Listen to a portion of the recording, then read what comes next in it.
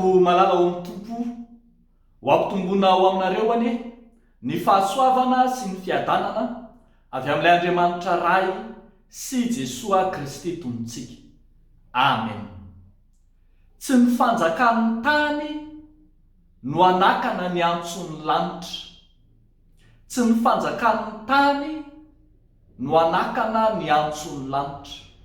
Misongadina izany tamin'ny fanirahana any Amosa mpaminany ao amin'ny bokin'ny Amosa toko 7 andininy 10 hatramin'ny andininy 17.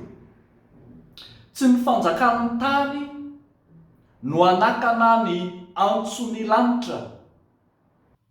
Tonga fohy be mpivavahana na renivohitry ny fivavahan'ny fanjakana avaratra tao Betely rehefa nivaky ho roa ny fanjakana.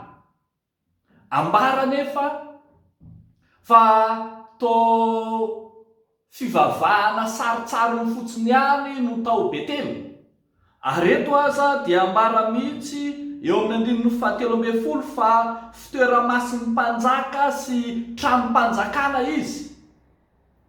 Ny hevitra ny mpanjaka sy ny mpanolotsainy sy izay rehetra nitarika ny fivavahana tao fa ny fahefan'ny tany, ny fahefan'ny mpanjaka no ambony indrindra, hany ka nanana fahasahiana fahatany izy ireo. Nanakana ny Amosa tsy haminany tao Israely intsony. Amosa nefa dia fantatsika fa mpanjakana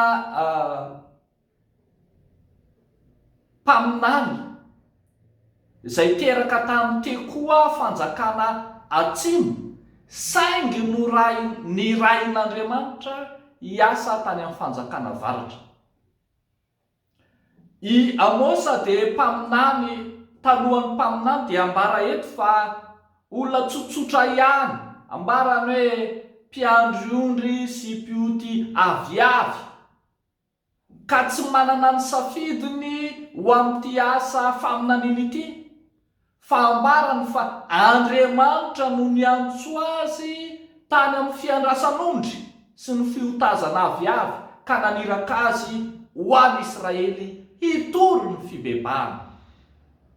Dia ino ary no lavin'ireo izay heverina fa manana fahefana i Amosa sy ny faminaniana netiny, kanefa tsy nanaiky ho voasakan'izany izy, fa niroso hatrany, naminany hatrany ary dia voamaiky ary nambarany tamin'ny fahitsiny ny faminaniana izay netiny.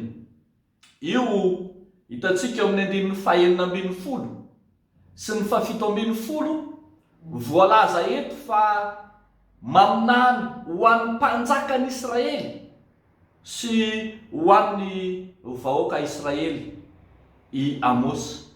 Maminany loza ho an'ny firenena izy noho ny fahotana izay nataony, noho ny faharatsiana izay nataony. Eny na dia ambara fa niadana tamin'ny lafiny ilany aza ny firenena dia feno faharatsiana kosa tao, ary izany no nampijorany Amosa hitory ny faminanian'i Jehova tao amin'izy teo. Ny misongadina eto izany ry havana dia hoe tsy voasakan'ny fanjakan'ny tany, ny fiantson'ny lanitra, ny antso tao amin'ny Amosa amin'ny voantson'Andriamanitra azy, dia nanambara hatrany ny iraka nanirahan'Andriamanitra azy hitory fibebahana ho an'i Israely. Ry havako malala amin'ny tompo, natohina endrika sakana, natohina fandrarana, natohina tsy finiavan'ny olona ny mpitoro filazany tsara. Rehefa Andriamanitra no miantso dia mandehana. Tsarovy fa na i Jesosy Kristy tenany aza amin'ny mahazanak'Andriamanitra azy tonga tetỳ ambonin'ny tany no lavin'ny olona sy nataony tsinotsinona. Nombohany tamin'ny hazo fijaliana, novonony mihitsy azy. Mandehana ry havako mandehana mitory na amin'ny fotoana na tsy amin'ny fotoana fa momba anao Andriamanitra. Tsy mandao anao na mahafoy anao akory izy no manome ny teny ho lazainao eo am-bavanao, izy no miaraka aminao amin'ny lalana rehetra izay alehanao. Ny fanjakan'ny tany sy ny fahefan'ny tany tsy asakana ny fitoriana rehetra izay ataonao. Dia mahereza, eny mahereza. N'Andriamanitra irery amin'ny voninahitra. Amen. Ivavaka isika ry havako. Andriamanitro, misaotra anao ao amin'ny Jesosy Kristy zokinay izahay.